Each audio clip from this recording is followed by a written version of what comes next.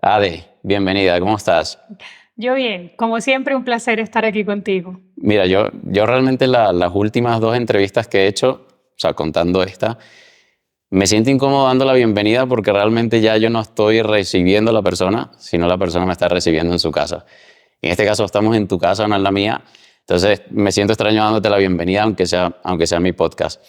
Antes de empezar, a mí no me gusta, sobre todo, presentar a mis invitados, y me gusta que los invitados se presenten. Cuéntame quién es Ade Guedes. Mm, Creo que una vez te di una definición como que una loca empedernida enamorada de la ciencia, ¿cierto? Algo así te dije la primera vez. No ha cambiado.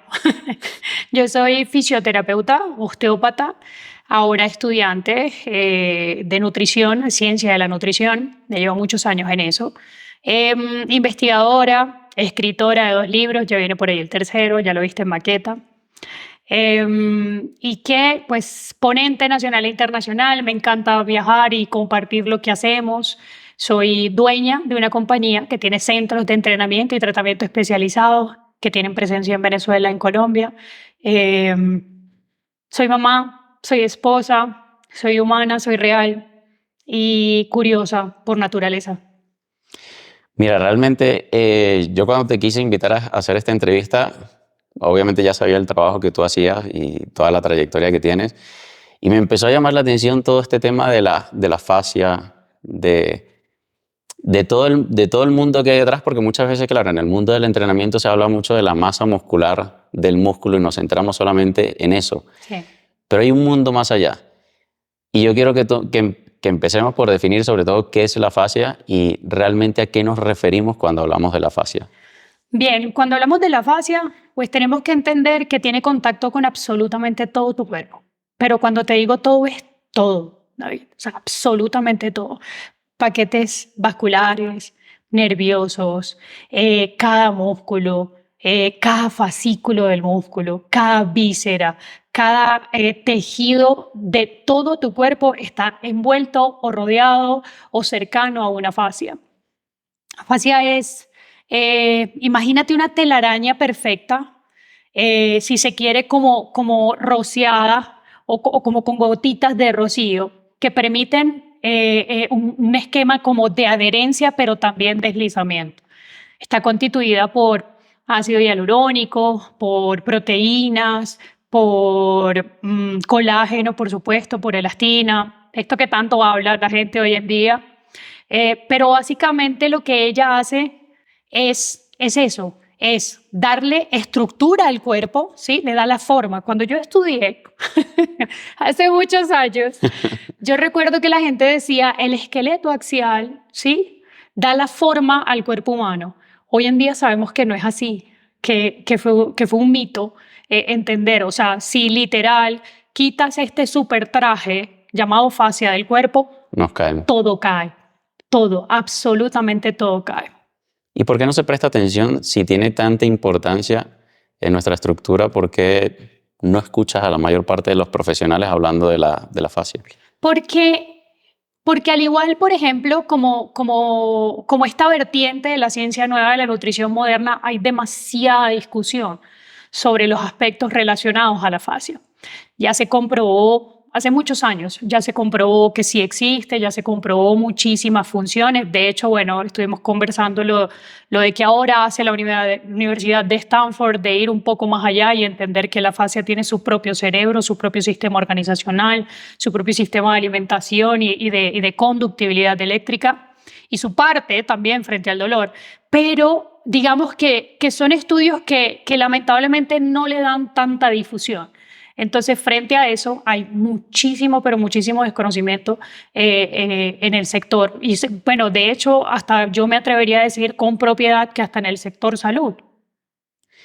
Y claro, yo te pregunto un poquito para que se entienda de qué estamos hablando, porque como estructura yo creo que es difícil también saber cómo es o cómo se comporta.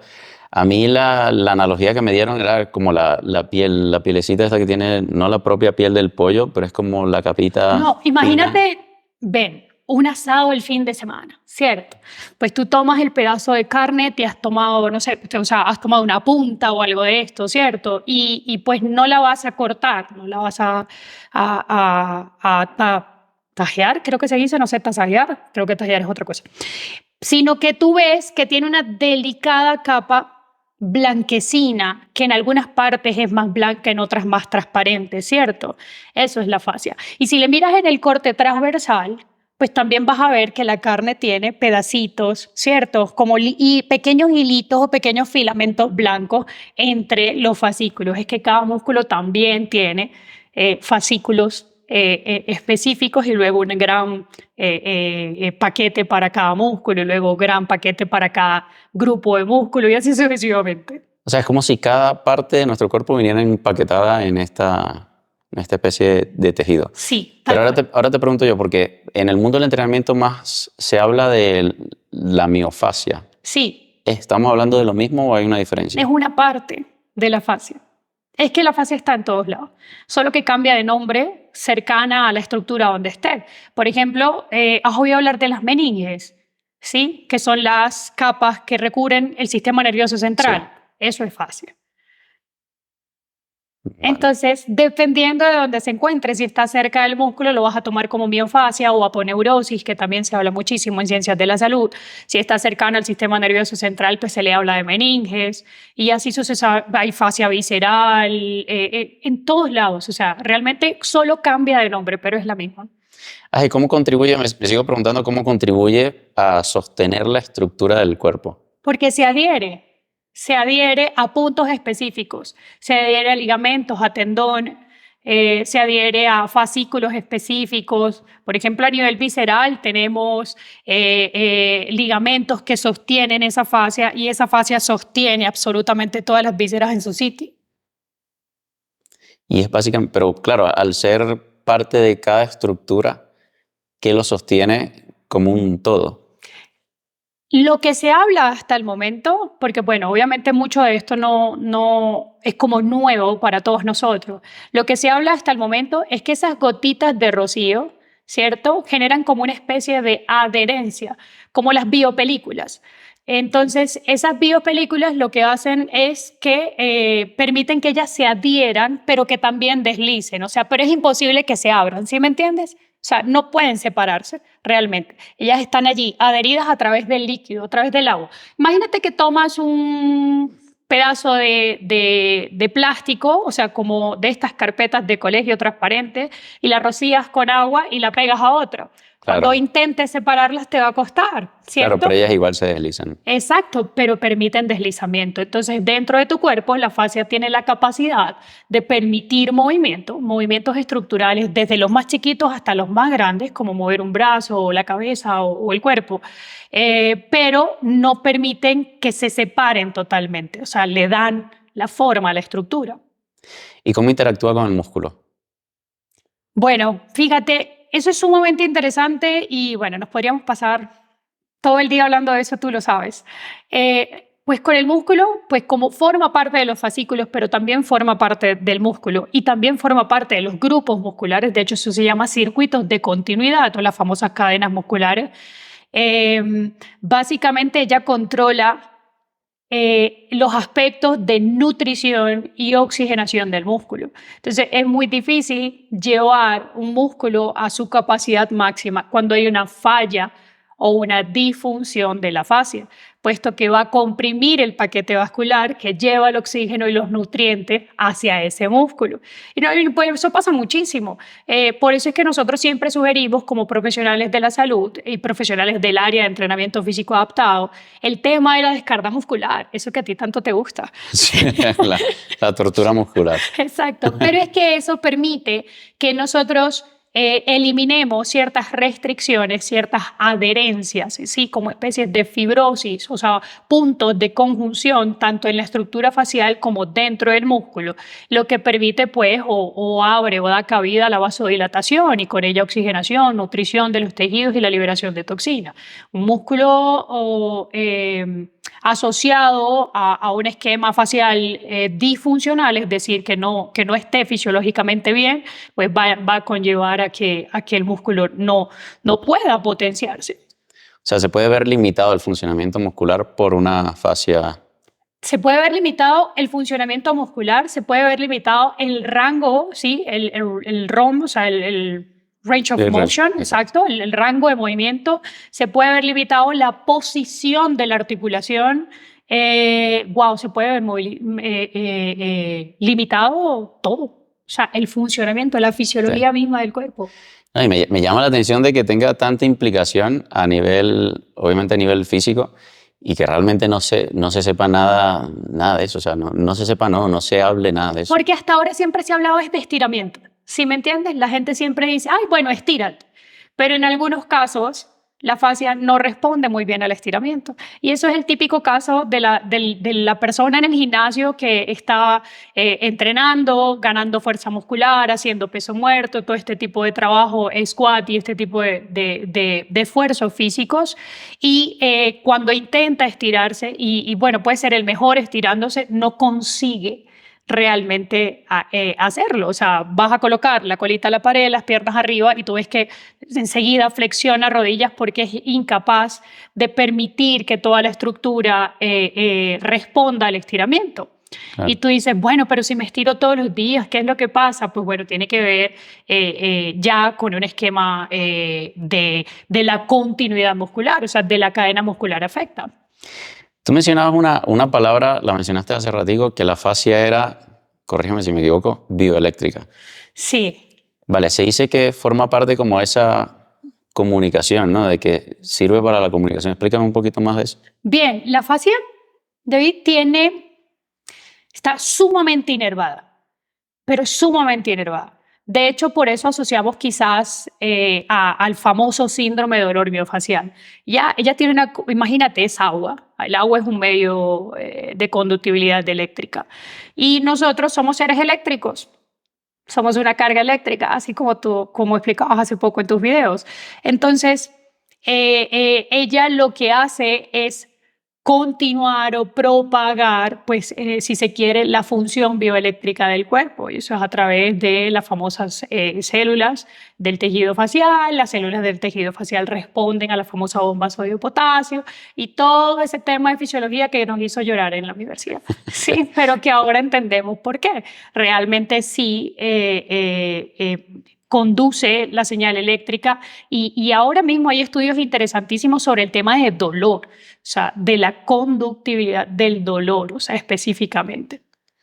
No, y de verdad que es curioso que nuestro cuerpo tenga todos estos sistemas de comunicación. De hecho, te comentaba que escuchaba una entrevista a Andrew Huberman, Sí. y él decía de que se había descubierto de que las neuronas no solamente se comunicaban a través de impulsos eléctricos y señales químicas, sino también a través de ondas. O sea, es prácticamente una especie de telepatía, y hasta ahora lo estamos descubriendo. O sea, es todo un mundo de Como las comunicación ballenas, tal cual. que hay dentro. Y me llama la atención el tema de la fascia. ¿Cómo te puede ayudar en el tema de la propiocepción? Bien, lo que pasa es que dentro de la fascia, bueno, lo que le han descubierto hasta ahora, por eso es que él habla de que tiene como una especie de su propio cerebro y una capacidad de memoria y todo el cuento, ¿no? Lo que le han descubierto hasta ahora o las propiedades que le han atribuido, entre otras cosas, llevan relación a el esquema de conducción eléctrica, pero también el desarrollo de impulsos propioceptores. O sea, de hecho, se dice que como está tan inervada, tiene muchísimos más captores posicionales que en todo el cuerpo. Entonces, dentro o falla dentro del esquema de esa fascia, puedes ver a personas tranquilamente claudicando para caminar y que no llevan relación absolutamente nada, pero tiene que ver con la fascia, ¿entiendes? Y es por eso, es justo por esa pequeña propiedad que ahora le están implicando a este súper tejido, porque para mí es o sea, es una... Mira, yo tengo una opinión al respecto, porque cada vez que entrevisto a alguien, obviamente cada uno en su especialidad, Sí. todos dentro de su especialidad, con el sesgo obviamente propio de su profesión, Sí. todos ven su tejido, su estructura como que es esta, ¿sabes? Sí, claro. La fascia es wow, lo máximo, la masa muscular es lo máximo. Sí. El que estudia el intestino es como que el intestino es el centro de todo. Entonces es increíble porque al final realmente nuestro cuerpo es una máquina perfecta y está todo pensado, y obviamente cada estructura es interdependiente, dependen unas de otras, se comunican, y eso es lo que hace que sea todo tan complejo pero a la vez tan... Tú sabes que cuando yo empecé a estudiar Y dije, bueno, esto es para mí. Me llevaron a una relojería en una avenida de la ciudad donde yo nací. Y estaba un señor y sacó un súper lentecito así súper chiquitico, se lo puso en el ojo y empezó a revisar un reloj muy, muy, muy viejo de mi papá. Y cuando yo pude ver el engranaje, el sistema de engranaje, entendí, entre otras cosas, que eso es el cuerpo humano. ¿Sí? Cada una de las piezas que conforman nuestros sistemas conllevan a una función específica en equilibrio total, en donde se permite o se da la cabida al funcionamiento idóneo. Entonces, frente a la falla, desde todos los tipos de vista, porque por ejemplo para mí el intestino igual está recubierto de fascia, ¿sí me entiendes? Sí. Pero desde todos los puntos de vista siempre van a converger en el hecho de que exista un equilibrio, ¿sí? Exista lo que se conoce como homeostasis dentro del cuerpo y es eso que permite la función, o sea, yo me puedo mover, yo me puedo estirar, yo puedo comer, yo puedo hablar, yo puedo digerir, yo puedo respirar. Y eso es, cada trabajo de hormiguita es lo que hace que estemos vivos, que estemos aquí y que seamos una máquina perfectamente diseñada para el movimiento. No, y lo increíble de todo es que como son tantos sistemas que conviven, que al final cuando uno está fallando, tu cuerpo busca la forma de compensarlo. Y eso es lo increíble. No es Pero fácil, equilibrio. volviendo un poco al tema de la propiocepción. ¿Cómo? Porque claro, yo entiendo que si mi pie tiene cientos de terminaciones nerviosas, obviamente cuando lo voy a posicionar entiendo dónde lo estoy posicionando y lo que siento. Pero ¿cómo la fascia contribuye a esa capacidad de saber dónde te estás posicionando, cómo te estás moviendo? Tú imagínate que la fascia otorga al cerebro la capacidad de poder percibir cosas. Es como sensores de movimiento. Es como que si nuestra fascia, o sea, esa es el tejido debajo de la piel, el tejido dentro de los músculos, el tejido cercano a las vísceras, otorgara la capacidad al cerebro de poder percibir el movimiento o percibir en función a dónde está. De eso se tratan los captores, o sea, es como que si fuese un sensor de movimiento, el que activas en la casa, apenas te mueves, manda la señal eléctrica, ¿cierto? Y le dice al cerebro, estás colocado así o estás posicionado así. Y esto, bueno, eso se explica con la famosa lesión excluyente. Nosotros podemos estar de pie esperando para entrar al cine o para sacar dinero en el cajero y vas a presionar más una pierna que otra. Eso es una conducta natural.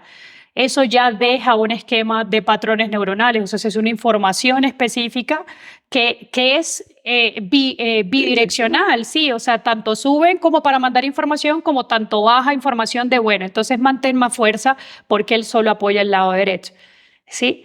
Y así sucesivamente. Es un esquema bidireccional de información lo que hace esta fascia con, pues obviamente, el sistema nervioso central. Por eso Mira, es que funciona así. por eso es que es tan complejo todo y tan complejo y al final tan sencillo. Pero mira, tú lo comparabas con una telaraña, ¿no? Porque Sí. está todo interconectado. ¿Cómo afecta la disfunción de una parte de la fascia a otras zonas del cuerpo? Fácil. Súper sencillo. Me he diseñado un ejemplo que mejor imposible. En serio. Imagínate, bueno, eso se llama biotensegridad, ¿sí? La fascia es una de las figuras biotensegríticas más importantes del cuerpo humano. Bueno, la célula, la columna vertebral. ¿Qué quiere decir la tensegridad? Que uno puede someter al cuerpo a una fuerza que quizás pueda deformarle, pero al retirar la fuerza, pues en teoría debería volver a su posición. Eso es lo normal dentro de la fascia. Ahora, ¿cuál es el tema? Imagínate que ahora mismo yo te hago un nudo sobre tu camisa, en un lado, solo en un lado, y te va a hacer presión. Cuando tú haces ese nudo, pues obviamente vas a tener presión en diferentes vectores o diferentes direcciones de fuerza. Cuando vayas a intentar quitarte la camisa, quizás sea muy fácil del lado derecho, quizás sea muy complicado del lado izquierdo. ¿Lo ves? Quizás tú puedas levantar el brazo completamente del lado izquierdo, pero del derecho no puedas porque el nudo te está alando hacia abajo. Entonces, por eso, a pesar de ser un punto en específico el que entra en disfunción a nivel de la fascia, afecta absolutamente todo el aparato locomotor. ¿Y cómo podemos llegar a generar esa disfunción en la fascia? Wow, acabas de hacer la pregunta más complicada de la ciencia. ¿Por qué? Porque todos los científicos están matándose tratando de entender cuáles son las causas de la disfunción de la fascia. Hay mil cosas, o sea, hay teorías sobre el esquema de alimentación, pues obviamente si estamos hablando de un tejido sumamente inervado, cercano y protector de absolutamente todo el cuerpo, pues comer... o estimularnos de alguna manera y de manera nociva, ¿cierto? Va a generar procesos inflamatorios randomizados, lo que conlleva pues a las complicaciones del exudado inflamatorio, se hace más densa. Entonces la fascia no puede deslizar fácil, ¿sí? Se hace más lenta, más dura y puede llegar a la fibrosis, que es la patología crónica. Le asocian a los pensamientos a través de los neurotransmisores también. O sea, hay una teoría acerca de que la fascia responde a los factores psicógenos, o sea, lo que piensa la persona. Y esto también lo habló un poco Deepak Chopra hace algunos años. ¿Pero responde cómo? ¿En qué sentido? Responde básicamente como receptores o mediadores dentro de la señal eléctrica de los neurotransmisores. Si tú generas más serotonina, pues obviamente va a ser más viable. Si tú generas más dopamina, va a ser diferente. Sí, dependiendo del estado de oxitocina en estos casos también. Hay otra teoría que es la mecánica, ¿sí? Uno como oficio pues es la primera que te enseñan, y es que obviamente pues si solo fortaleces el lado derecho va a haber una disminución de la capacidad de movimiento frente al aumento de fuerza, al ensanchamiento de la estructura y por supuesto la fascia en su esquema adaptativo limitará un poco la función si la comparas con el otro lado. De hecho, hay una teoría súper bonita que habla de que hay varios tipos de fuerza y entre los varios tipos de fuerza destacan la fuerza funcional, que es la que te permite ir a agarrar, sabes, tomar todo y moverte en un rango súper amplio, pero también está la fuerza estabilizadora, que es más bien de acortar, de detener, y por eso siempre tenemos una mano predominante para muchas cosas y la otra quizás no. Lo mismo pasa con la pierna. Un futbolista utiliza una pierna de pivote y la otra para patear, pues obviamente esta termina cortándose, siendo muy musculosa, muy fuerte, muy estabilizadora, y la otra más bien súper delgada y súper funcional. Pero digamos que el esquema de la teoría mecánica dice que puede inferir tanto el movimiento en la fascia como la fascia dentro del movimiento. En fin, hay demasiadas teorías. Bueno, pero en el caso, el ejemplo que tú das, en el caso de, por ejemplo, Rafa Nadal, que él es zurdo, tiene el brazo izquierdo pues mucho más grande y obviamente también mucho más ágil. Sí. En este caso, ¿cómo trabajan allí el tema la fascia y la masa muscular? Pues lo que se está buscando a nivel del deporte es tratar de, o sea, a ver, lo primero que hay que entender es que el cuerpo es bioindividual, sí, cada quien es diferente. La gente decía, ay no, Usain Bolt no va a poder correr porque tiene escoliosis y tiene una disparidad de miembros inferiores. Mira, Michael Phelps, no, imagínate con esos brazos así, no va a poder hacer nada, o sea, a ver, cada cuerpo es totalmente diferente y tu fascia se va a adaptar a el gesto o la actividad o lo que tú desarrolles. Realmente lo más importante aquí, o sea, no existe una postura buena, lo que existe es que la siguiente postura es la mejor, ¿sí me entiendes? O sea, que mientras más movimiento impliques, va a ser mejor para ti estructuralmente hablando. Entonces, lo que se hace con este tipo de atletas es simplemente tratar de condicionar y buscar la simetría. Pero es casi imposible, David, aquí entre tú y yo, bueno, y ellos. Pero lo bonito es que dentro del proceso de la bioindividualidad y del talento, que es sumamente determinante, frente a la disciplina y el desarrollo de la actividad física, vas a condicionar todo tu esquema estructural a ese gesto deportivo y te vas a hacer el mejor. Es simple. Lo que hay es que dejar de pensar en que ese brazo pudiera limitarte, no, o sea, como que busquemos más bien hacerlo tu punto fuerte. Exacto. ¿Cómo? Oscilando debajo del agua. El nadador oscila debajo del agua para hacer mayor impulso frente a la fuerza de roce del agua. Entonces lo que hacemos es que ese brazo, que tiene mayor capacidad de rango de movimiento, por supuesto, va a servir como un propulsor. ¿Y qué hacemos? Pues pensamos en que quizás el otro más bien va a servir como para la toma de aire y continuar. ¿Sí me entiendes? O sea, uno busca adaptar en función al atleta. El ejercicio debería adaptarse al atleta, o sea, no el atleta al ejercicio. El ejercicio del deporte, Sí. ¿no? Vale, y te planteo el caso, por ejemplo, en el caso de Michael Jordan, Sí, que él pasó del básquet al béisbol Sí. y del béisbol al básquet. Sí. Obviamente hay un proceso de adaptación. ¿Qué implicación tiene la fascia en ese estado? Sobre todo, claro, porque él obviamente era un buen deportista en el mundo del básquet, se va al béisbol, no triunfa, pero hay un proceso de adaptación. Y luego él tiene que buscar un proceso de readaptación para volver luego nuevamente al básquet. ¿Qué papel juega la fascia? Bueno, la fascia es sumamente inteligente, por eso decimos que tiene su propio cerebro.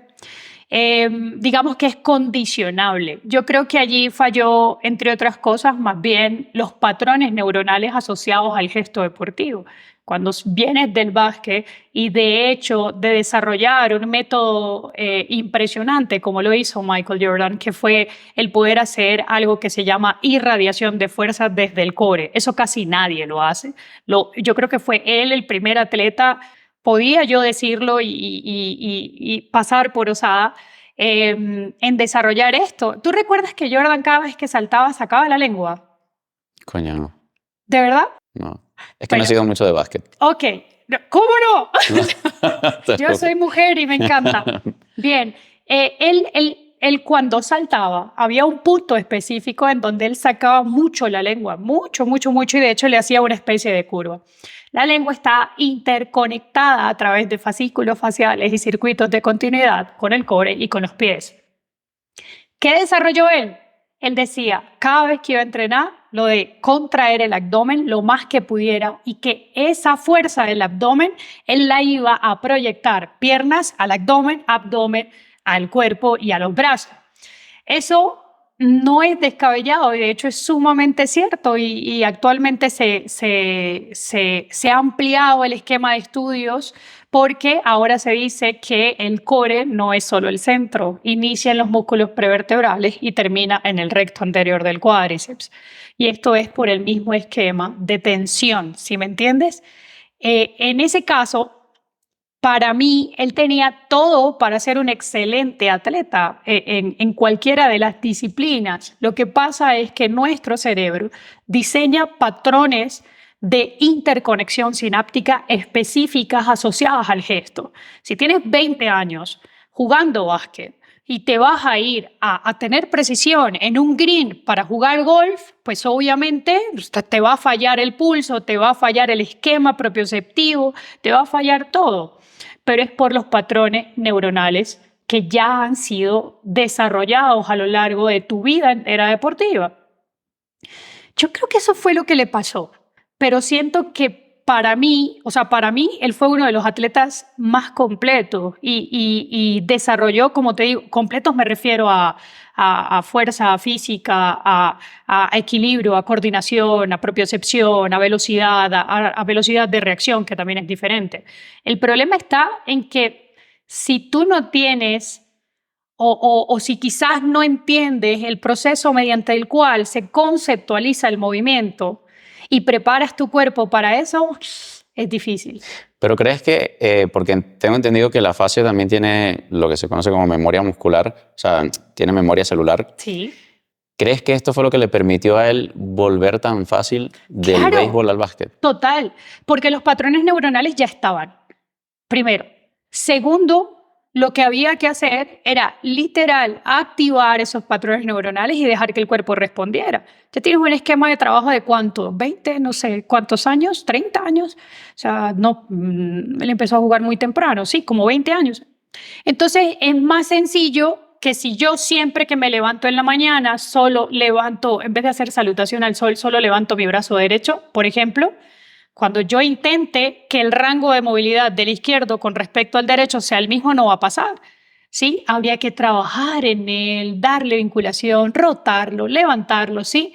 Pero si yo un día dejo de mover el brazo derecho como una inmovilización porque me ha pasado algo, qué sé yo, no lo sé, y trato de nuevamente llevar, pues, obviamente, frente a la memoria celular y frente a los patrones neuronales de diseño, va a ser mucho más fácil. Y eso pasa con el gimnasio. Pues tú entrenas toda una vida, tiras al abandono, por ahí te engordas, empiezas a ser sedentario, pero después dices, no, a ver, David, tenemos que hacer ejercicio de nuevo.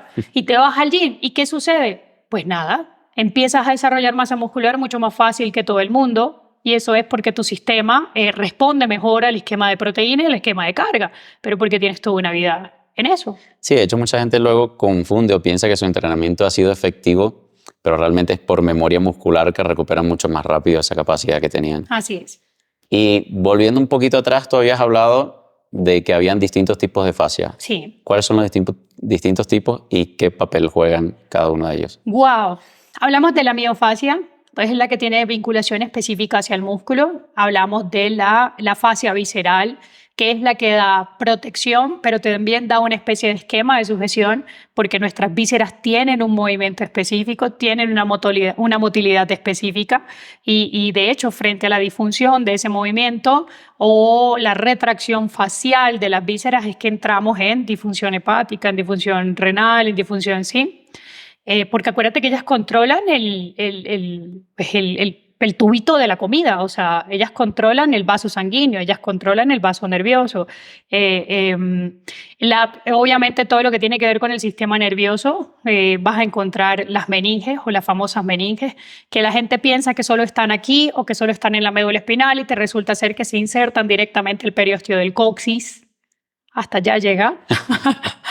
El mismo sistema nervioso periférico, igual el tejido está envuelto en fascia, o sea, también sería fascia del tejido nervioso.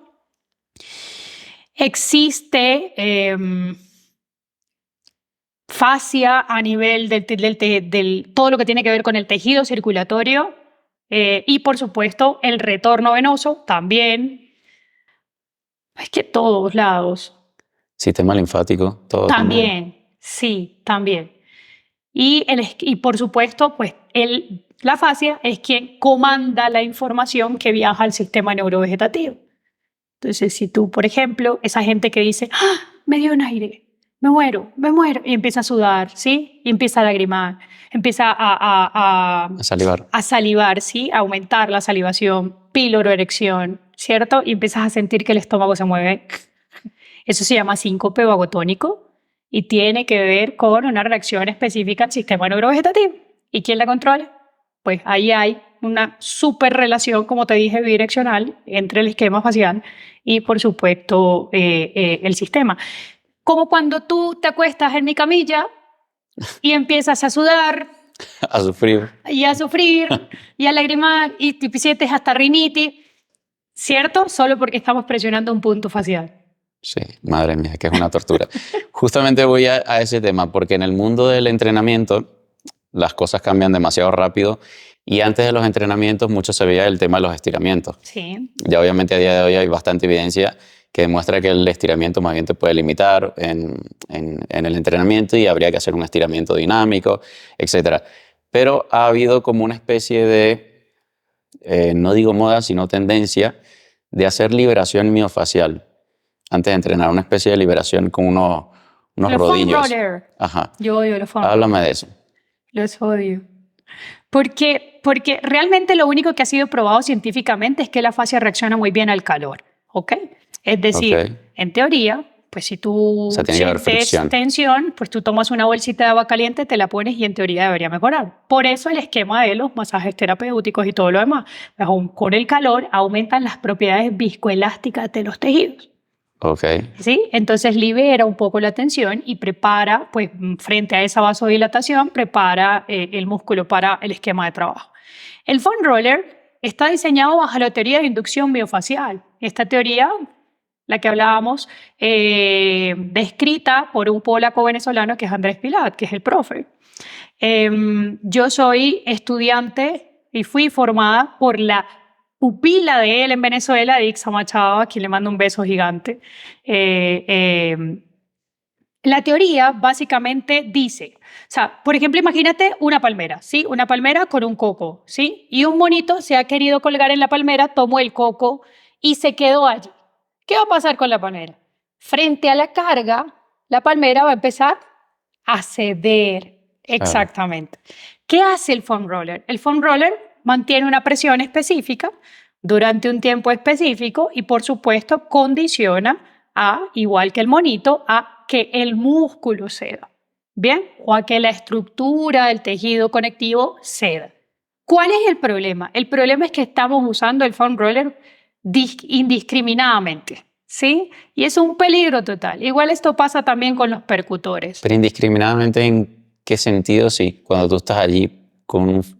Vas al gimnasio y los ves poniendo en el abdomen. O sea, ¿por qué quieres mover la fascia visceral del abdomen? ¿Por qué quieres mover un tensor de la fascia lata? ¿Los has visto? De lado se acuestan y Sí. empiezan a mover. Es un tensor. Es como, a ver, tú sabes de autos, ¿sí? Carros. Sí. Hay una correa única, ¿cierto? Y pasa por un montón de poleas. La polea del alternador, la polea del aire acondicionado, y está algo que se llama el tensor, ¿cierto? El tensor de la correa única. Claro. Si la estructura de la correa empieza a perder tensión, ¿qué tú haces? ¿La cortas y la grapas? O sea, ¿la coses, la tejes? No.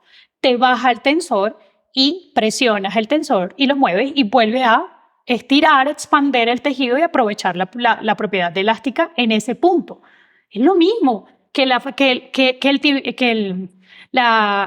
el tensor de la fascia lata. Un musculito sumamente pequeño aquí y la banda iliotibial. La gente anda poniéndose el foam roller en la banda iliotibial cuando el problema está en el tensor de la fascia lata.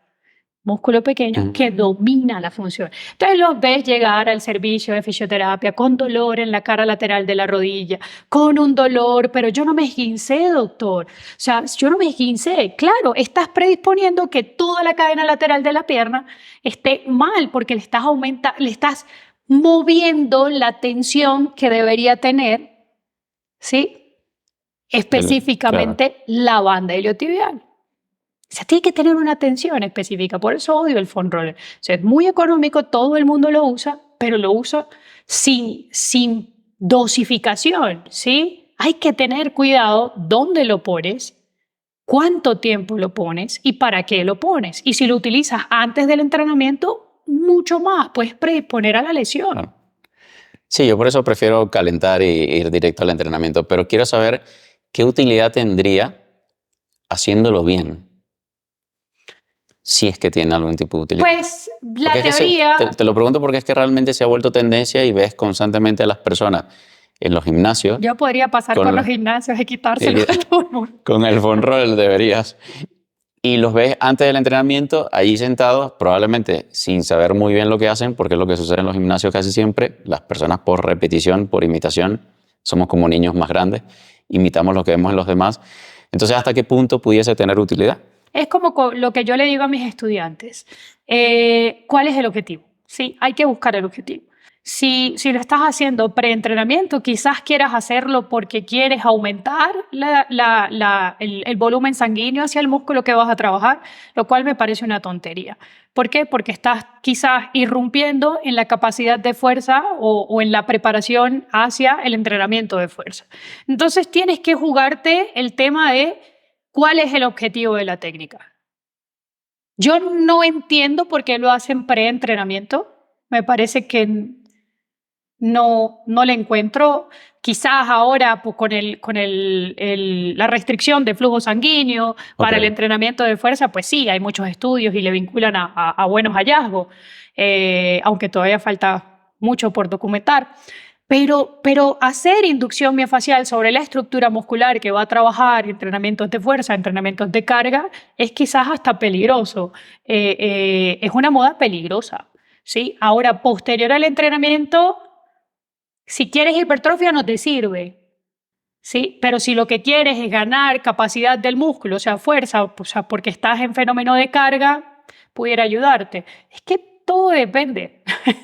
Sí, es que aquí pudiésemos responder, depende para todo y cerramos el podcast en 10 minutos. Exactamente. Pero mira, te pregunto algo, porque todos los beneficios que se le atribuyen en cuanto al tema de la movilidad y del alivio del dolor, entonces, ¿en qué momento se puede utilizar la liberación miofascial? Por eso, posterior al entrenamiento quizás ayudaría muchísimo si, ojo, no buscas hipertrofia, es como el estiramiento estático. Si buscas hipertrofia no puedes estirar de manera estática posterior al entrenamiento. porque no quieres mover la estructura una vez que has ganado pues, esa inflamación focal específica. Lo mismo pasaría con la inducción miofacial. Tendría que ver con el tema de qué quieres conseguir. O sea, si lo que quieres es conseguir mantener el rango de movimiento a pesar de un entrenamiento de carga, pues te queda súper bien, te queda genial. Es una inducción miofacial mantenida en los puntos específicos, específicamente puntos motores y todo aquel cuento. Vientre muscular, si para que lo entiendan más fácil. Y pues obviamente va a promover eso, aumento de las propiedades viscoelásticas, es decir, el tejido va a ceder frente a la presión, no va a estar súper tenso ni nada por el estilo. Creo que ese sería como el fundamento más científico que se le pudiera otorgar a la inducción miofacial posterior al entrenamiento. Pero antes, a menos de que seas bailarín, ¿cierto? Y estés entrenando para este tipo de... No mejora la movilidad. Sí, claro, pudiera, pero es que es tan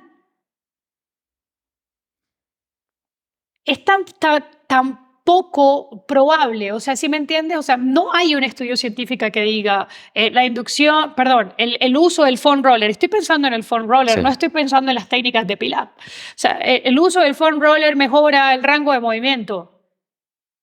Quizá aumentando las propiedades viscoelásticas pudiera otorgar unos cuantos grados de movilidad, pero el rango completo es imposible. Hay demasiadas estructuras metidas en el rollo del rango, ¿sí? Y hay demasiados grupos musculares metidos en el rango, como para, más bien termina siendo como un vicio si solo te lo pones en el cuádriceps. ¿Qué pasaría con los estabilizadores?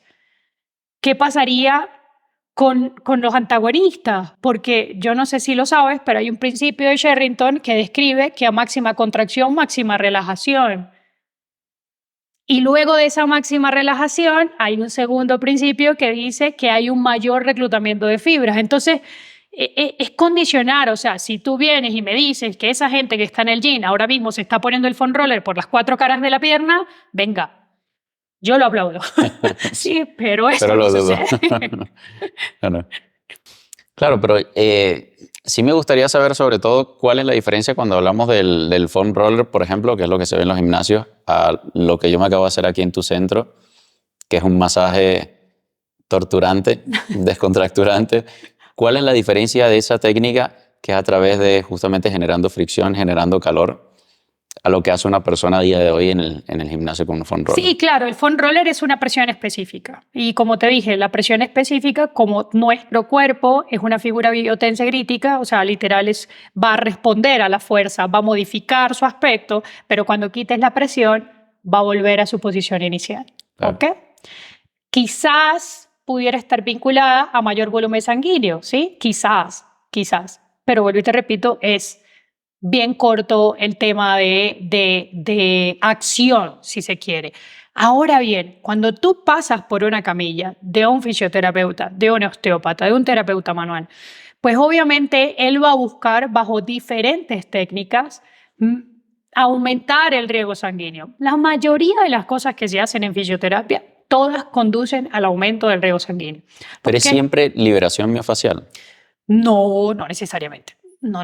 Hay una combinación de técnicas. Por ejemplo, lo que tú acabas de conversarte, acostarte en una de nuestras camillas, en nuestros centros, pues tiene que ver con aumentar la capacidad de respuesta del músculo a través de vibraciones específicas, a través de contactos específicos, inducción miofacial para puntos gatillos, inducción miofacial para fascículos específicos que controlan el proceso estructural del cuerpo. Por eso siempre tocamos unos puntos en específico, ¿sí? Y eso pues obviamente, como te dije, aumenta el volumen sanguíneo, aumenta la oxigenación, aumenta la nutrición de los tejidos, permite el vaciado a través del drenaje linfático, que también está dentro de los procesos de técnica. Totalmente diferente. ¿Y en qué momento entonces uno pudiese aplicar este tipo de técnicas? Sí. A ver, depende. O sea, ojo, te lo pongo en el caso de seguramente el 90% de las personas que nos escuchan y nos ven, que es un simple mortal como tú o como yo que va al gimnasio y quiere mantenerse en forma? Pues bueno, pues mira, lo ideal es que uno pase por una camilla al menos una vez al mes, sobre todo cuando tienes un nivel de exigencia muy alto. ¿Sí? Si tú eres atleta de alto rendimiento, ya eso es otra cosa. Pero Literal, tienes que pasar semanalmente. define nivel de exigencia muy alto. 3 a 4 horas de entrenamiento diario, entre 5 a 6 días a la semana. Eso es alto rendimiento. Ok. De hecho, dicho a nivel de todas las federaciones de entrenamiento.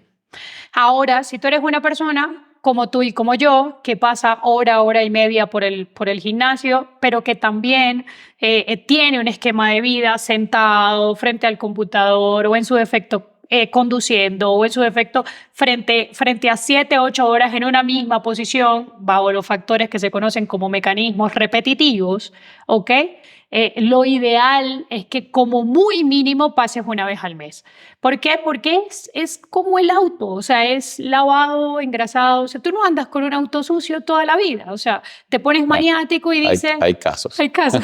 Pero te pones maniático y dices, "Ay, no voy a montar esa chica en mi auto". O sea, literal, el auto está muy sucio, ¿no? O sea, pues es exactamente lo mismo. Tu cuerpo está acumulando toxina, está acumulando restricción facial, está acumulando puntos gatillos a nivel muscular porque se somete a un trabajo y la sarcómera pues tiene esa tendencia a quedarse, sobre todo bajo esquemas nutricionales no idóneos.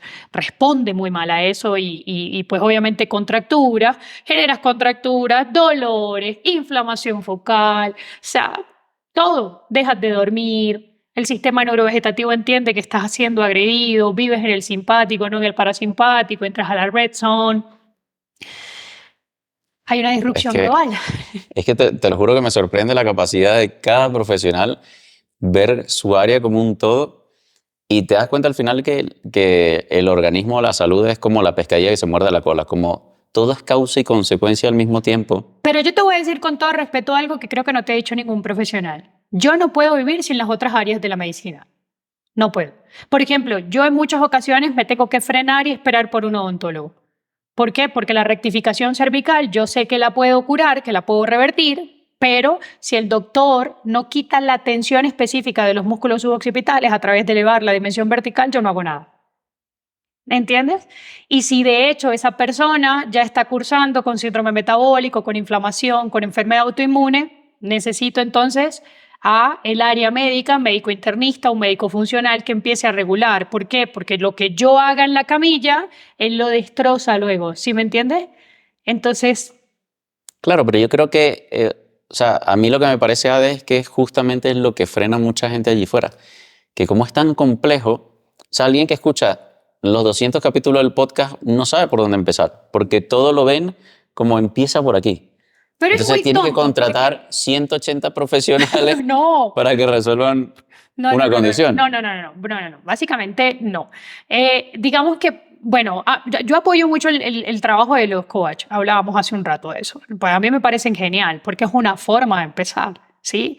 Quien sea de la mano es bastante sencillo, sobre todo estos que están metidos en el esquema de salud, de ejercicio, de entrenamiento. Ya ellos te abren un poquito la puerta, te empiezan a abrir los ojos.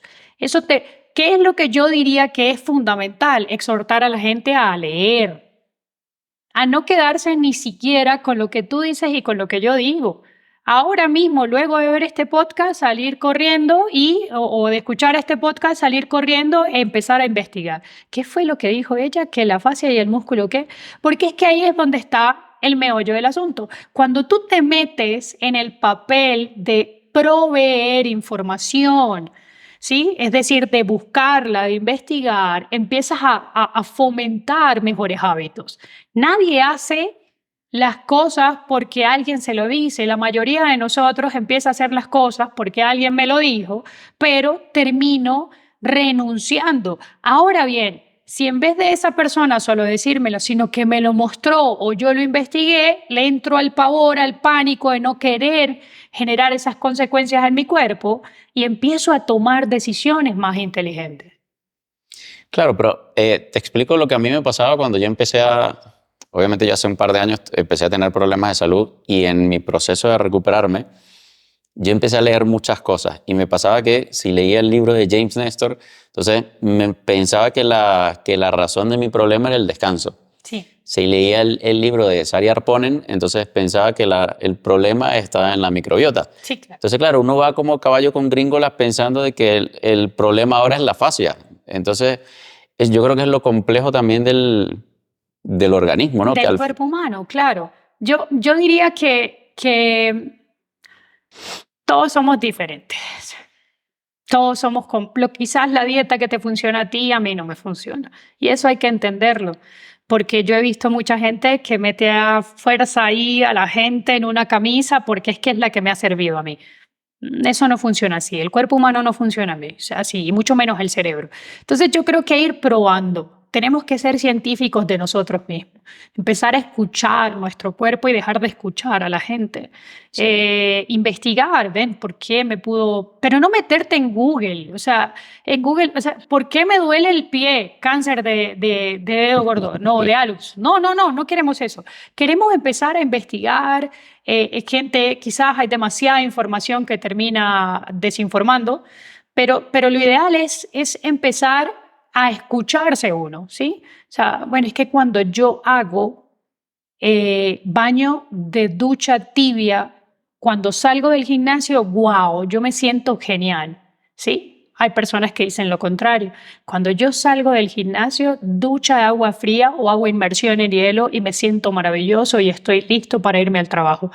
Depende de cada uno de nosotros y, por supuesto, pues, de la complejidad del sistema nervioso central y toda la experiencia. Entonces, creo que debemos dejar de escuchar a la gente, empezar a tomar control de nuestro cuerpo, empezar a escuchar nuestro cuerpo, empezar a dejar de agredir nuestro cuerpo y a partir de allí, pues quizás buscar profesionales que puedan guiarte en el proceso, ¿ok? Pero profesionales de verdad.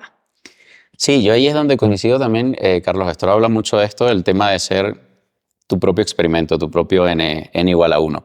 Total. El problema está en que no sabemos, o sea, sabemos escuchar al cuerpo, pero no sabemos interpretar las señales que nos da el cuerpo. Entonces allí es donde... Pero ahí está el método curioso. Me voy a una página como la tuya y empiezo a ver un montón de cosas de información. Ah, esto me pasa a mí, voy a averiguarlo. Ah, esto no me pasa, sigo de largo. ¿Sí me entiendes? Ahí empieza el proceso hay que ser mediante curioso. el cual mi curiosidad me lleva a ser selectivo y a entender qué hábitos me van a conducir a mejoras y empezar a probarlos, como lo dice Carlos. O sea, al igual que tú, yo llegué a todo este mundo por fallas en mi salud, sobrepeso, ¿sí? Retiran apendicitis a muy temprana edad, luego colapsa mi vesícula, parte del intestino. O sea, literal fue como de vida o muerte. O sea, ya estás ahí en el abismo.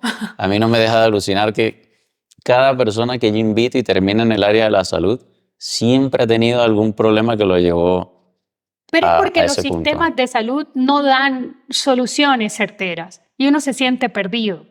Entonces tú dices, no, esto no puede ser así, tiene que haber otra cosa. Y te vas al proceso de investigación y no solo de investigación, sino también de probar en ti mismo. O sea, nos hacemos científicos, como dice Carlos. Sí, también volviendo un poco a lo que comentabas antes, que si uno no se vuelve, o sea, si uno no es curioso por conocer qué es lo que sucede en el cuerpo de cada uno y entender las señales o entender la fisiología o la bioquímica, terminas cayendo en el sesgo de alguien más. Sí. O sea, el que se curó con dieta carnívora va a creer que tú también te vas a curar con dieta carnívora. Totalmente. El que se curó con un curso de Joe Dispenza meditando va a creer que tú te vas a curar. Entonces uno va de sesgo en sesgo y sin saber al final qué es lo que te puede ayudar o no, o cuál es la raíz de tu problema. Totalmente de acuerdo. Y ahora más que vemos pues esa ventana abierta pues, de las redes sociales en donde la gente cuenta sus historias y uno siente empatía, va a ellos y termina siendo guiado, cual vil gurú del sábelo todo, yo me sé toda la verdad, ¿sabes? O la verdad absoluta está conmigo, síganme. Y eso me pasó a mí también. Cuando empecé con keto, síganme todos, los cargos son lo peor, ¿sí? Pero Pero luego dentro del proceso y en el proceso de investigación uno empieza a discernir que sí, que no, que te funciona a ti y eso es lo más importante. Yo creo que uno invita a la gente a participar en foros, a participar en programas, a tomar lo mejor de eso y aplicarlo para ti. Sí, de hecho es una de las cosas que yo siempre comenté después de la conferencia del año pasado porque se me criticaba de por qué se contradecían la mayor parte de los exponentes. Yo decía, no te quedes con eso. Quédate con lo que te sirva de cada uno y ponlo a prueba y ve si te funciona, porque si a ellos les funciona, pues será por algo, por su contexto. Claro. Ponlo a prueba tú y quédate con lo que te funcione. Claro, claro. Como tu libro, ¿sí? Hablas de suplementación, ¿cierto? Pues no lo he leído, no alcancé a meterme, pero entiendo que, pues, obviamente si todos gozáramos de una alimentación idónea no tuviéramos que suplementarnos. Yo soy pro suplementación porque entiendo que la naturaleza del ser humano es fallar en los procesos de alimentación y frente al riesgo de una enfermedad prefiero suplementar. ¿Entiendes? Somos dos personas que estamos aquí, que convergemos en muchísimas ideas, pero que también tenemos esa línea de divergencia. Entonces es lo que a ti te funcione, lo que a mí me funcione, ¿cierto? En nosotros dos, pero frente a los pacientes, no, hay que empezar a probar. Yo suelo utilizar la suplementación en inicio y luego ya empiezo a moverlos hacia una vida más saludable, ¿sí? Pero es como para nivelar la química sanguínea y a partir de ahí empezar a moverlos. Pero es muy complicado. La naturaleza del ser humano es destructiva, o sea, de verdad. Además que poblacionalmente, ahora mismo estamos en esta ciudad hermosa, pero la playa más cercana está a 16 horas. ¿Dónde vamos a conseguir omega 3 delicioso, fresco y allí abundante? Sí, hay muchas deficiencias a todos los niveles, no únicamente en la parte de la alimentación. Y ojo, matizo porque hay mucha gente, de hecho, que piensa que yo estoy en contra de la suplementación, pero teniendo en cuenta de que hay un mundo allí fuera de entrenadores y nutricionistas que está patrocinado por la industria de la suplementación, yo quiero ser la persona que te dé la otra cara de la moneda, pero no es que esté en contra. Yo entiendo, y disculpa que te interrumpa, yo entiendo que no es que estés en contra de la suplementación, es que quieres llevar a la gente a vivir más sano, con alimentación más eficiente, más saludable. Obvio, si yo me suplemento, va a llegar un punto en donde mi cuerpo va a decir, si yo me suplemento de vitamina D, va a llegar un punto por temas de adherencia al medicamento en donde mi cuerpo va a dejar de producirlo. Eso te iba a comentar, justamente escuchando la entrevista que te comentaba de Andrew Huberman. Él justamente en la entrevista hablaban del tema de que el cuerpo se están dando cuenta de que hay mucha gente que incluso con exposición solar y poniéndose morena no están sintetizando vitamina D. Sí. Y lo están asociando justamente al abuso de la suplementación porque se están dando cuenta que el cuerpo regula a la baja la síntesis de vitamina D. Mira, no recuerdo quién asistí a una conferencia de un profesor, él es toxicólogo. Y él explicaba la adherencia farmacológica y él decía eso, justo decía eso. Pues si tú te suplementas para controlar el colesterol, cuando quites la pastilla, ¿qué va a pasar con el colesterol? Y eso pasa con el tema de las estatinas. Lo mismo con el tema de la vitamina D. Ahora la vitamina D pues la venden en gotas y mejor dicho la está consumiendo desde el bebé de la casa hasta... En esta ciudad sí es increíble. El consumo de vitamina D, obviamente la exposición solar es difícil y todo aquel cuento, yo lo entiendo, pero ¿qué pasa si te mudas a la costa? Tu cuerpo va a tener una adherencia al fármaco, va a crear una resistencia a producir algo que fisiológicamente está diseñado para hacerlo. Y ahí es donde vienen las deficiencias. Es que es complicado. Es complejo.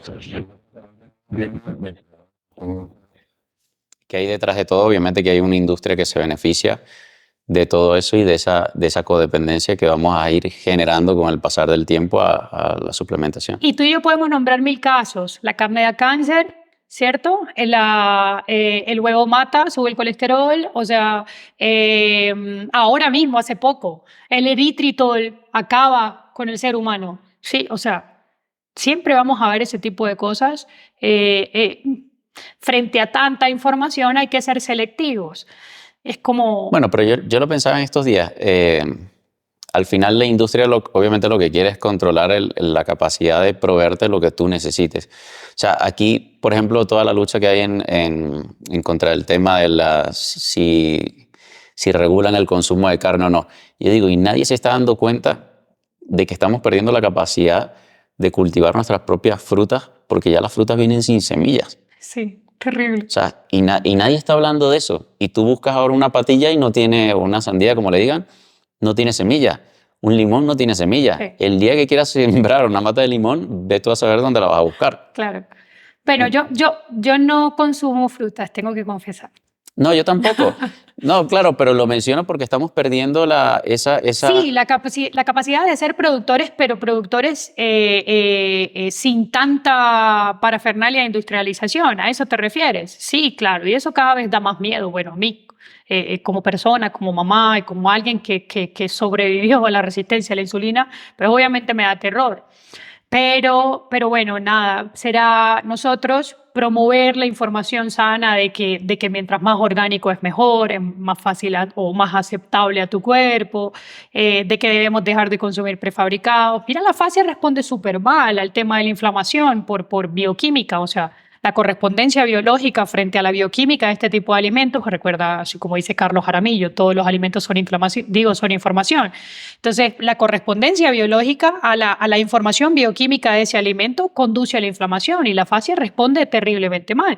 Ahora mismo los diagnósticos de fibromialgia vuelan. O sea, Ahí va a entrar. Te iba a decir, porque justamente se ha relacionado la fascia con afecciones de dolor crónico como la fibromialgia. Sí, claro. ¿Qué relación tiene? A ver, mira, yo creo sinceramente desde el fondo de mi corazón, y creo que todo el mundo me va a colgar después de decir esto, que la fibromialgia es un mal diagnóstico, ¿sí? Como muchos. Dentro del esquema osteopático, por ejemplo, yo soy osteópata de formación, no es más que un descarrilamiento somático, ¿sí? Okay. Llévalo al Descarrilamiento somático quiere decir que tu cuerpo está empezando a somatizar, ¿sí? A hacer síntomas y signos y síntomas y signos frente a la cantidad de agresiones que percibe de ti mismo. Es decir, si yo salgo de hacer ejercicio, que es una carga mecánica, ¿sí? Me fui a un juego de fútbol, me jugué el juego de fútbol entre los amigos, salgo a hacer ejercicio y salgo a comer un vaso de refresco, de gaseosa, no voy a decir nombres porque no soy tan osada como tú, te admiro por eso, de refresco, con pan dulce, con qué sé yo, con una hamburguesa de estas de cadena o cualquiera de ellas, no me importa. Imagínate la agresión. ¿Qué pasa con el sistema? Llega un punto en donde todo eso que va pasando, aparte de la información bioquímica y los cambios bioquímicos que va a percibir tu cuerpo, también está el cuento del intestino permeable. Es decir, esas moléculas no van a pasar todo el espacio que tienen que pasar para hacerse micromoléculas y terminan pasando al canal hemático, es decir, a la sangre como unas macromoléculas. ¿Y qué hace el sistema inmune? Trabajar. Eso es raro. Eso no debería estar aquí. Ataquen eso, ¿cierto? Está haciendo su trabajo. Entonces termina la persona agrediéndose a sí mismo. Termina desarrollando enfermedad autoinmune. Un día amaneces con una inflamación en el hombro, no le vinculas a nada. Luego, no, es que como estuve con el fútbol, seguro la rodilla se inflamó, pero es que no me golpeé, pero no entiendo. Y por ahí empieza.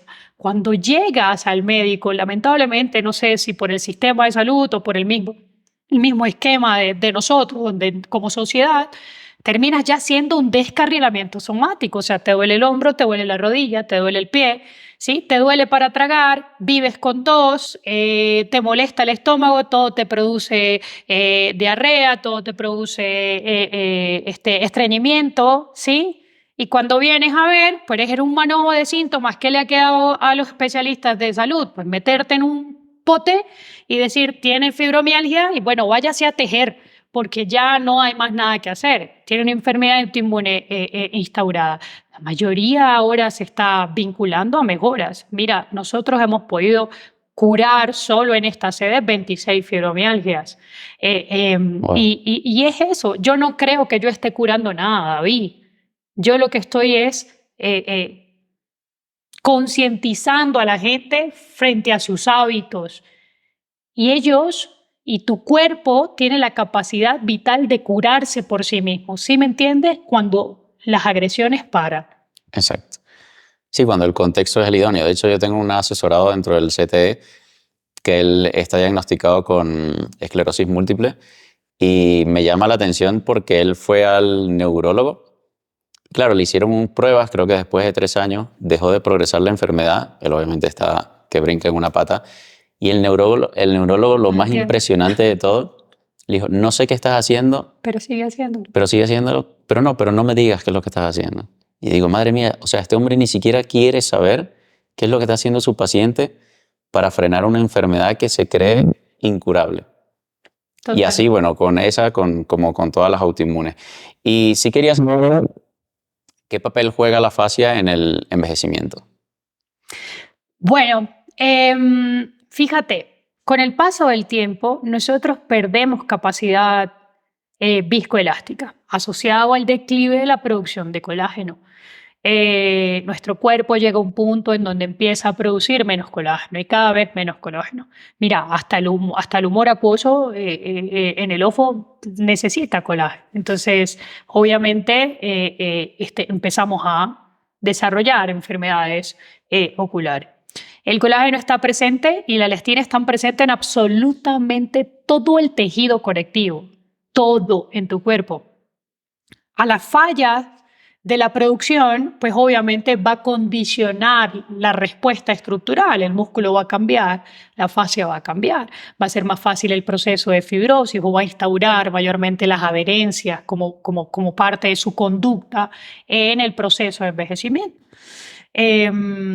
Y allí, pues bueno, nada, es mucho más fácil la lesión, el desgarro, el problema, la limitación funcional. Y es que somos tejido conectivo andante. Sí, literal, somos un traje hecho por la abuelita, ¿cierto? Así como imagínate los muñequitos que hacía la abuela, Sí. que también que nos hacía que si ropita, el gorrito, ¿sí? Imagínate un muñequito de peluche hecho por la abuelita, así literal somos. Y necesitamos, si a eso le vinculas también que el paciente deja de consumir proteína de alto valor biológico o de buena calidad, Bueno, porque y esto, lo que estamos enfrentados ahora, también deshidrata la célula. totalmente. Toda La luz. Esto La nos está luz, envejeciendo en este momento. obviamente. No, y someterte a ejercicio físico cardiovascular, o lo que la gente llama mal cardiovascular, me refiero de mayor presencia o demanda de oxígeno, también por el tema de los radicales libres. Entonces, la cantidad de veces que comes al día también vincula al proceso de envejecimiento. Sí, no sé, todo realmente. ¿Qué hay que hacer? No sé, yo le digo a la gente, David, siempre, creo que es el primer consejo que siempre le digo a la gente es ayunar. Yo soy pro ayuno total, total. Todos mis pacientes ayunan, porque es que, ojo, adaptado, ¿no? Específico, dependiendo de su individualidad, de sus conceptos, de sus creencias, de su religión, dentro de el esquema complejo del ser humano y del desarrollo psicológico del ser humano, casi todos, no, todos ayunan, pero es porque el ayuno es lo único que existe en el mundo para combatir los radicales libres, para combatir las señales proinflamatorias, para mejorar la conductividad eléctrica, para dar receso al proceso digestivo y llevar esa sangre a otras áreas que es más que necesario. Bueno, es que a fin de cuentas el ayuno es para el sistema digestivo, para el organismo, lo que el descanso es para el cerebro. O sea, Dormir. Exacto. Exacto. O sea, tu cerebro tiene, Me gustó. sí, tiene sus mecanismos, obviamente, pero los va a activar cuando descansas. Totalmente. Así Exactamente es por lo menos en el caso del sistema digestivo con respecto al ayuno. Mira, yo te voy a decir algo. Yo llegué al tema de la fascia cuando yo leí que era cientos de veces, o debería ser cientos de veces más fuerte que la masa muscular. Sí. Tú llegaste a ver, esto lo dice el profesor Pilate en su libro, tú llegaste a ver esto que era como una cosita entretejida que uno metía el dedo y el otro Sí. metía el dedo. Y tirabas Pero y que si apretabas. tú tirabas era imposible sacártelo y después uno andaba, mamá, auxilio, sácame esto, ¿sí? ¿Te acuerdas? Ese Sí. era un juguete indígena, creo, algo como atrapanovias o algo así se llamaba. No me viene a la mente el cuento, pero así es la fascia, David. ¿Sí? O sea, es realmente fuerte. O sea, y es Pero primero, ¿cómo la mides y cómo entrenas esa fuerza? ahorita hay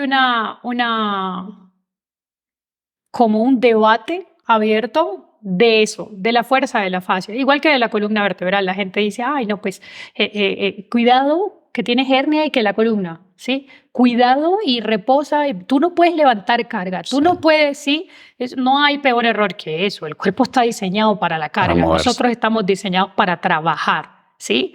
De hecho, en ausencia de trabajo me refiero cinética, ¿sí? Física, en ausencia de eso es que entra la enfermedad.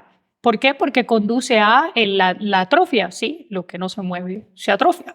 Sí, de hecho, entonces he visto perdemos capacidad de fuerza, capacidad contráctil, capacidad de deslizamiento, ¿sí? Capacidad de estabilización. Vamos perdiendo todo con el sedentarismo. Que he visto que muchas veces, incluso en caso de fractura, intentan no inmovilizar el brazo. Ahora se está jugando con eso. Claro, depende también de la fractura, pero sí, Claro. igual que el esguince, no hay nada peor que una escayola, un yeso o una inmovilización para el esguince. Eso es lo peor que hay. Bueno, pero es que te das cuenta que lo estamos haciendo todo tan mal que cuando pescamos un virus, por ejemplo, nuestro cuerpo eleva la temperatura corporal para batallar contra el virus. Y tú vas a ponerte frío. Para que no te tomas el antipirético. O te vas al acetaminofén para bajar la temperatura corporal y tú dices, bueno, pero si es lo que necesitamos. Y eso pasó en todos los esquemas. Te voy a contar una historia rápido. Resulta ser que hay alguien que diseñó un programa y dijo, bueno, para los golpes, frío, vendaje, elevación. El ¿cierto? RICE, ¿no? Ajá, no quería decir el nombre. Años después dijo, me equivoqué. Eso lo que hace es retrasar el proceso fisiológico de la inflamación. Claro, pero hay gente que vive con el método RICE todavía. Y ya nos dimos cuenta que ahora hay otro esquema de tratamiento que incluye carga. ¿Lo ves? Y eso nos pasa a diario. O sea, cirugía de ligamento cruzado anterior, no mueva la rodilla, bris, o sea, todo aquel esquema, 0 grados de movilidad y toda la cosa. Termina siendo lo peor dentro del proceso de rehabilitación, prolongando los aspectos fundamentales en los que se da el proceso fisiológico inflamatorio. Algo tan simple como el retorno venoso se da frente a la contracción muscular. Y si tú estás en reposo, ¿qué pasaría? Inflamación. Claro, inflamación. Sí, es que está todo diseñado para que funcione de cierta forma, pero nos hemos empeñado en hacerlo todo al revés. Sí, pero bueno, más de lo mismo. Vuelvo al cuento de la nutrición. Hace algunos años pensábamos que el desayuno era la comida más importante del mundo y esto por un estudio de Harvard, o sea. Claro, pero yo me pregunto, ¿cómo es posible que por lo menos el método RICE, que a día de hoy todo el mundo lo conoce, pero la otra cara de la moneda o esa nueva metodología o esa nueva investigación no llega? O sea, te doy un ejemplo claro. Todavía hay que con la mascarilla. O sea, el propio Fauci ya dijo que no sirvió para nada la mascarilla. Pero eso no a la gente de a pie. Sí, pero es que el cuento es que también, pues bueno, ahí tendríamos que hablar un poco de política, ¿no? Y yo odio eso, pero las personas que están frente a nosotros nos dicen, acá en Bogotá salió el tema de necesitan, si van en espacios públicos y usted siente que tiene gripe, por favor póngase el tapaboca. O sea, no vamos a crear anticuerpos nunca en la vida, jamás. De hecho, de hecho, estamos viendo niños, y les llamamos niños pospandemia, niños con cuadros virales espantosos y que están desarrollando una sintomatología bestial, pero es porque pasaron 2 años y medio, como con los que tuvieron suerte, con algo que nos restringía de alguna manera estar frente a esto que forja la microbiota, que forja nuestra vida. Tú y yo crecimos corriendo, bañándonos en el agua sucia de la lluvia, ¿sí? O sea, eso es lo normal, ahí es donde uno crea anticuerpos. Imagínate estos niños de apartamento ahora y de paso de cubreboca, porque hasta dentro de la casa. Yo he visto gente en los autos con cubreboca. Y solos. Y solos.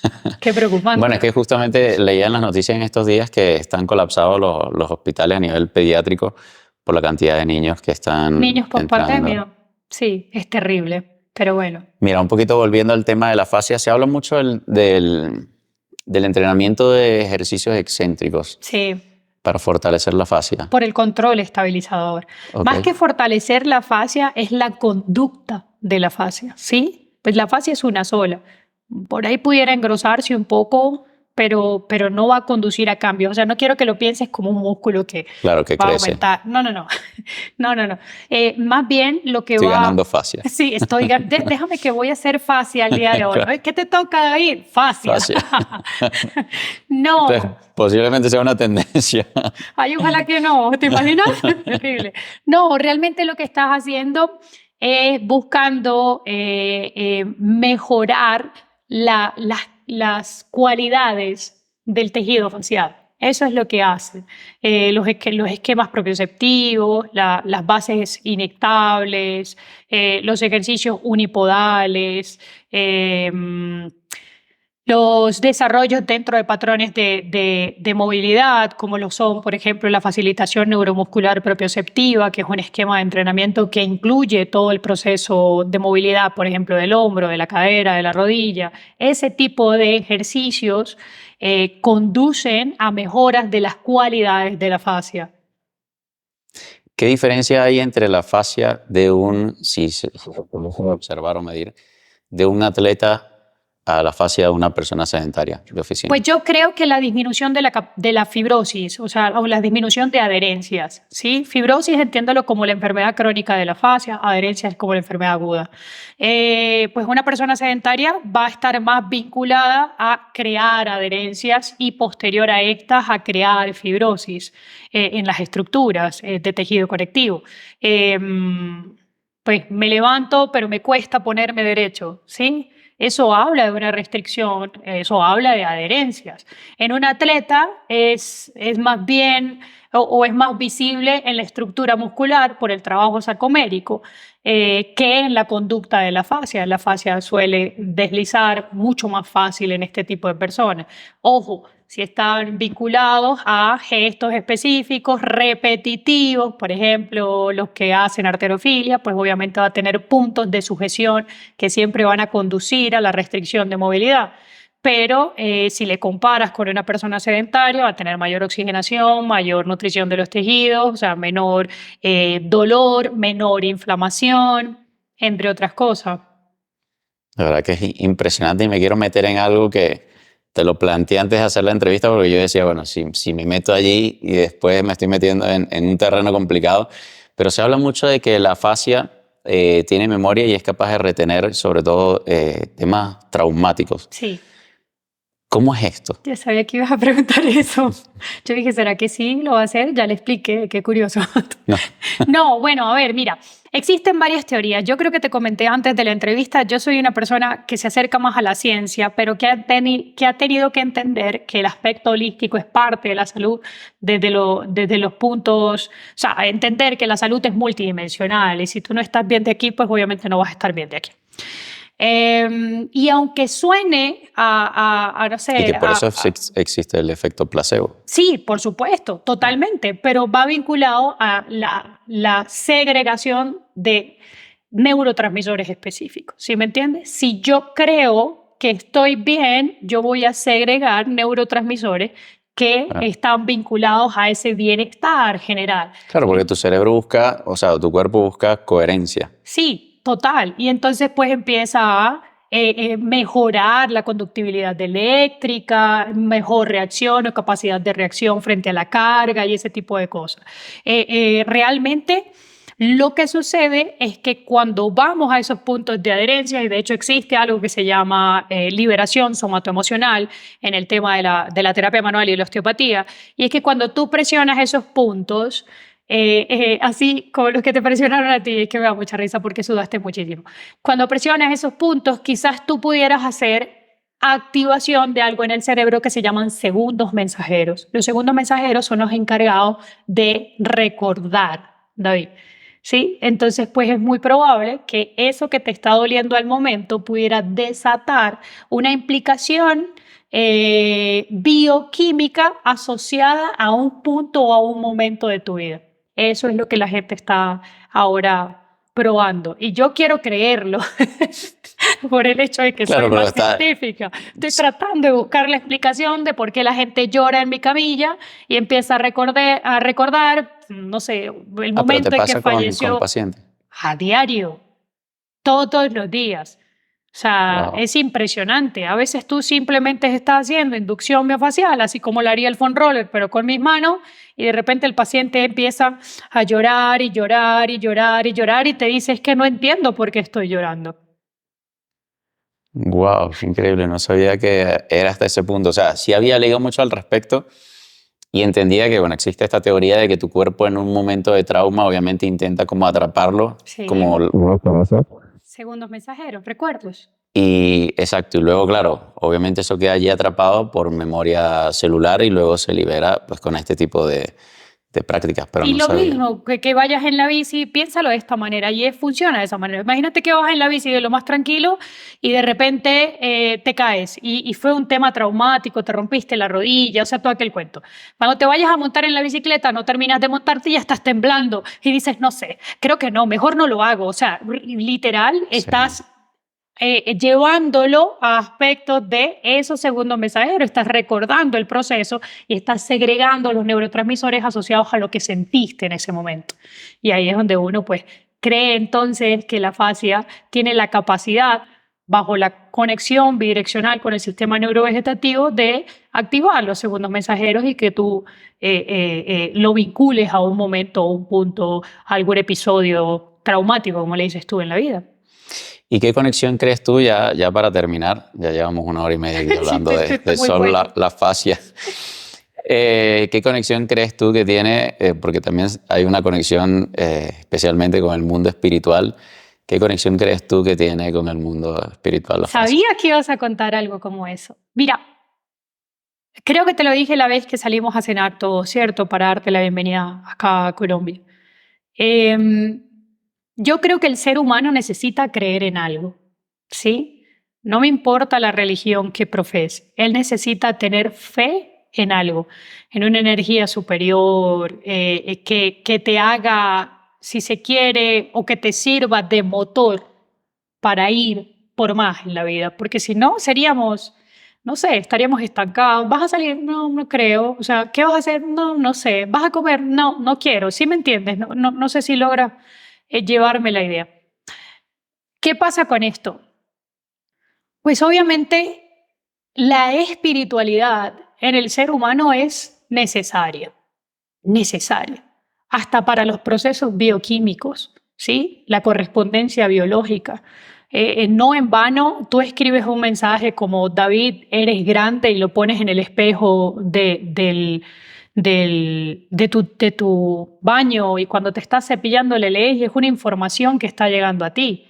Lo mismo pasaría con que vayas a la iglesia, cual sea que profeses, y escuches, Dios está para ti, este Dios quiere lo mejor para ti, o sea, siempre puedes contar con Él. Es esa capacidad de poder sentirte protegido y de pertenecer y sentir empatía con algo, lo que hace que tu cuerpo tenga motivación, tenga un motor.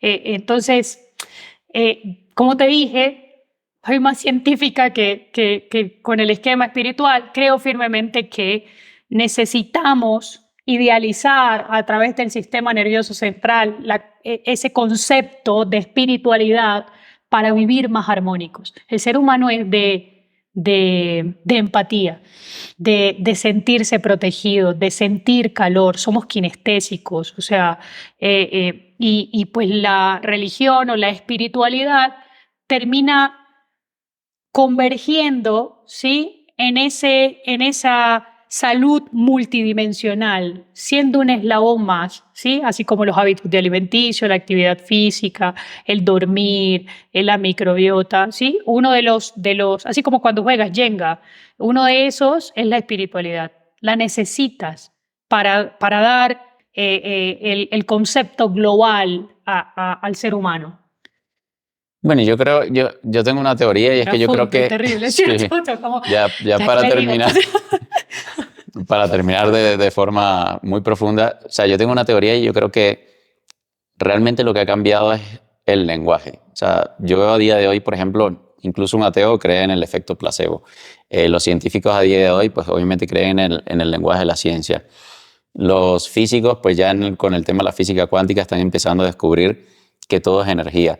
Entonces yo simplemente creo que era la forma en la que nos comunicábamos hace 2000 años y simplemente ahora pues hemos encontrado otra forma de comunicarnos y lo estamos haciendo a través de la ciencia.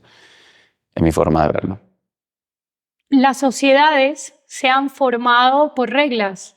Sí. Las necesitamos desde todos los aspectos. Entonces, yo creo que conducente a la historia misma del hombre.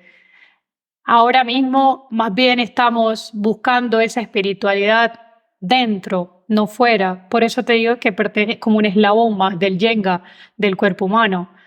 Ya no estamos buscando la solución. Bueno, todavía hay gente que lo hace, pero ya no estamos buscando la solución en la calle, estamos tratando de buscarla dentro. Y eso, pues obviamente, pasa a ser súper importante. Yo creo firmemente que todo lo que pase por tu mente tiene una repercusión en tu cuerpo. Y la espiritualidad termina siendo determinante en la salud. Sí, yo creo que también el tema de la física cuántica ha traído todo este tema mucho más a flote porque obviamente con los experimentos que se hacen da a pensar que somos co-creadores de nuestra realidad, no simple observadores. Exactamente. Entonces ya eso cambia las reglas del juego. Así es. Y cuando empiezas a entender eso, pues te cambia la vida. Hemos hablado de fascia por 1 hora y media. Perdóname. No me hagas esto. Ya no me vuelvan a invitar. Ya, sí. Esta es la última vez que te invito. Segunda y última, no, de verdad que agradecido por el tiempo, por el espacio, por recibirme aquí en tu centro.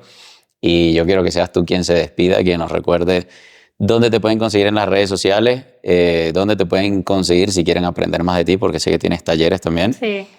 Y dónde te pueden conseguir si te quieren visitar en alguno de tus centros. Bien. Primero, David, gracias a ti. Me disfruto un montón, no sabes, hablar contigo. Qué cosa tan deliciosa, porque eres alguien que no sé, como que ha tomado de todo el mundo un poco y ha formado un ser maravilloso, ¿no? De verdad, muchas gracias, en todo sentido. A mí me pueden conseguir, pues como mi nombre, Ade Guedes, ahí estoy en las redes sociales, usted coloca ADHE y ya aparece una rubia despampanante, esa soy yo. Esa no soy yo, esa es mi hermana. Pero hace como 20 años. Sí, supongo que no te parecen en nada las fotos antiguas, óbvienla, Ade es muy distinta ahora. Me veo diferente en persona. Sí. Nuestros centros de entrenamiento y tratamiento especializados se llaman THH. De hecho, los consigues en redes como Somos THH, porque pues, las siglas son de Healthy House. Ah, eso te iba a preguntar. Sí, todo el mundo lo pregunta, pero es que nadie podía pronunciarlo. Entonces todo el mundo empezó a llamarlo THH y así se quedó. Tenemos sedes en Valencia, Caracas, ahora mismo Bogotá. Valencia, Venezuela. Sí, Valencia, okay. Perdón, Venezuela, Caracas, Venezuela y ahora mismo Bogotá. Okay. Pues las ideas es seguir abriendo fronteras y llegando a este tipo de tratamientos dolorosos y torturosos, nada, mentiras, de salud a la gente. Y a través de la misma red social, de mi misma red social, pueden conseguir cualquier información sobre los talleres, sobre la academia. Ahora acabamos de fundar la Escuela Latinoamericana de Osteopatía y está creciendo como espuma. La cantidad de estudiantes cada vez es mayor. Tenemos ya 5 sedes: Venezuela, Colombia, México, Guatemala y Argentina. Entonces por allí también estamos enseñando fascia. Más fascia. Más fascia, sí. Por más tiempo, más de 1 hora y media. De verdad que agradecido por el tiempo, Ade, y bueno, que esta sea una de las tantas veces que sigas Pero viniendo al ponemos podcast. Cronómetro la próxima vez, para que... Sí. A mí me gusta más bien hacerlo así sin medir el tiempo. Digo porque pues si nos emocionamos ya sabes. Pero gracias de verdad, David, y éxitos con tu libro. Venga, que quiero uno. Seguro que sí. Vale. Me llegan ahora unos estos días y unos para ti. Por favor. Un beso enorme. Gracias. Para ti también.